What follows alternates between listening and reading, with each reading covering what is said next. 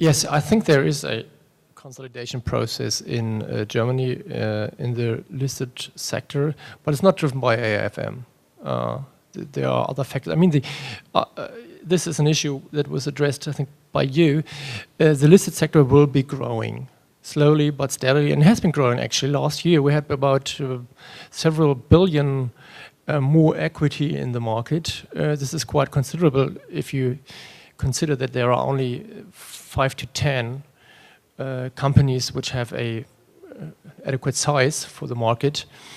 So it will be growing, it will consolidate, quite sure. But this is not driven by a financial regulation. So this is the difference. But in the German government, it's quite clear, and it's accepted that the market will be under a consolidation pressure. But this is actually one of the purposes, because the smaller players are often seen as a problem.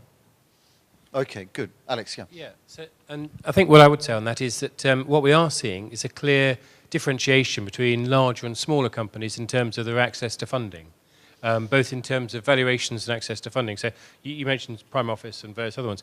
What we're seeing in the UK and elsewhere in Europe is that the large companies have fantastic access to the equity and bond markets, and they're raising money there. The smaller companies, because their valuations can be as much as 40% lower, either, well, they have one of two choices. Either they're going to struggle, broadly, or they can have a large shareholder who can provide them with a certain level of equity to start with, and then they can go forward, possibly on joint venture or quasi-club style deals, and have their funding that way. And we think of that historically in the same way that private equity firms had platform investments. They take one company in particular.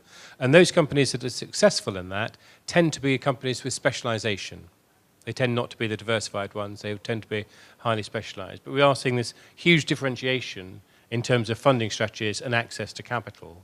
And that's how it's coming through. And I think that will be partly a driver of consolidation as much as regulation. If you can't get the capital, then you need to be absorbed. And we saw that in the UK, with London, Stamford and Metric. And there's a few other examples elsewhere. If I may add on this, this is a very interesting point from my point of view.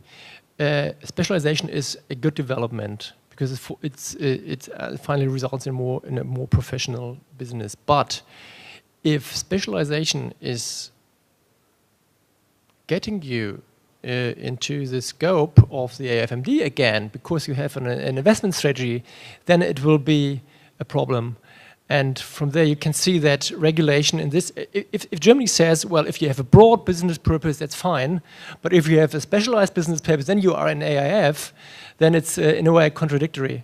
Yeah. It is quite ironic that for so many years people have criticised the listed sector for not having an investment strategy, and as soon as they decide to have one, they're penalised by the regulators, but that's a separate...